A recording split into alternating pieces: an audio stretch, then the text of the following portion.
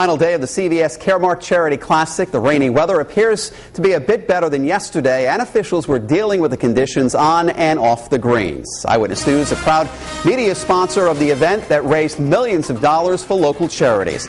Eyewitness News anchor Karen Adams and sports director Patrick Little are at the tournament. They join us now live from Barrington.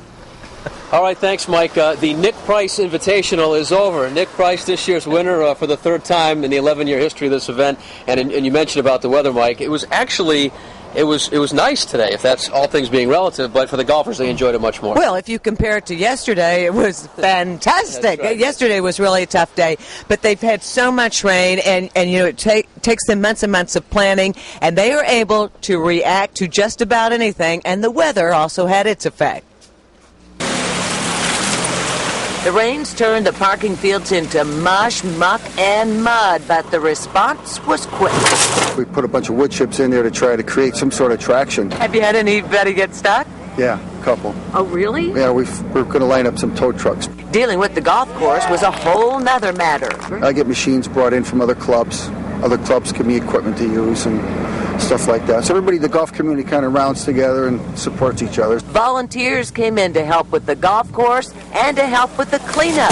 The Clean and Green team came from the Boys and Girls Club. It's for a good cause. We're working for our organization, the Boys and Girls Clubs. It means a great donation at the end of it, so it's all worth it. We do the trash and the recycling, keeping the course nice and clean and neat, and get here early, make sure it all looks nice, clean throughout the day as people follow the golfers around, and then we set it all back up at the end of the day. High praise for the golf course, and of course Peter Lund, the green superintendent, who had a tough job these last few days, knows you.